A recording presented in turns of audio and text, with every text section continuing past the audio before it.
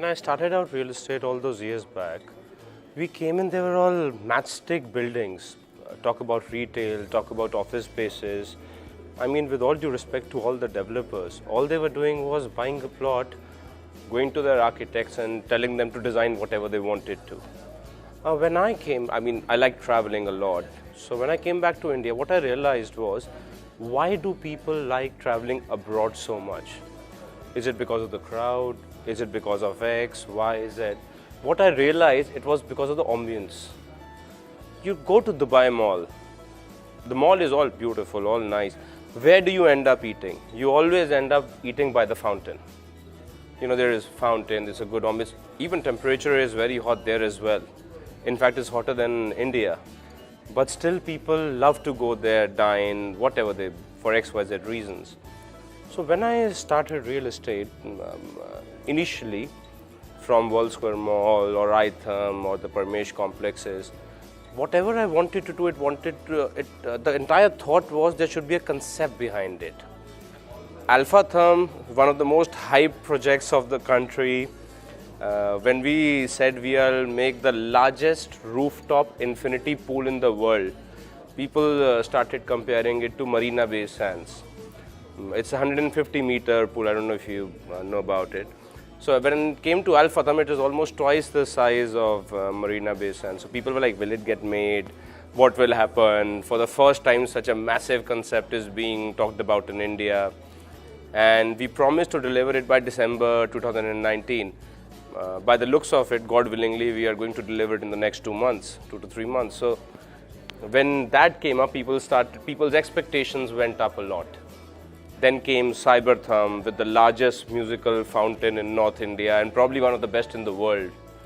And when you talk about a banquet space here, like we were having an event or we are having this right now, what if this was a glass wall and there was a beautiful musical fountain running by? There is retail spaces, you could have a wine there or you can have your food there rather than having it in brick walls. That would change the entire mindset of people, the entire ambience that you look for abroad.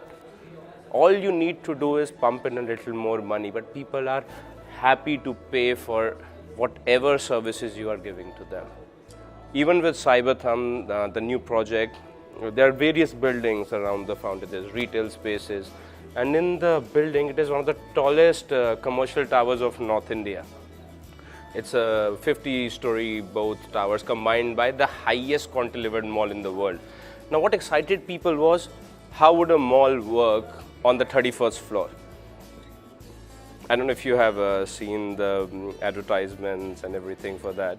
But what happens is with that, people are more inquisitive. Why is there a mall starting from 31st floor and has no base to it? It's basically in the sky. It's a cantilevered thing. And that's what excited people. And that's why people were more willing to come in. And the retailers were very happy to come in and say, no, we want the space first. We want to reserve it first.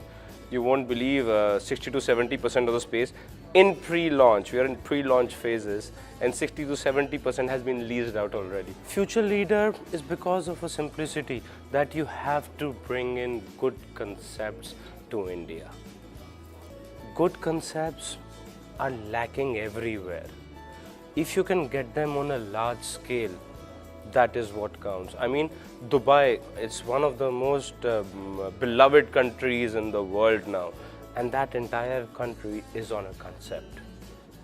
And I think with India, the population to support is so much, whatever good concept you bring in, it will work no matter what.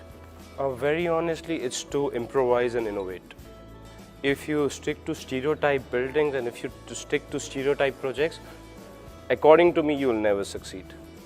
You have to continuously innovate, continuously bring in new concepts in order for the public, for the people. You can go to, I don't want to name a brand, XYZ brand, to eat a burger or a pizza, Indian food, Chinese food, whenever you want. But what if the same food you are having sitting on a patio in front of a beautiful, massive water body with mist blowing around? Where would you go?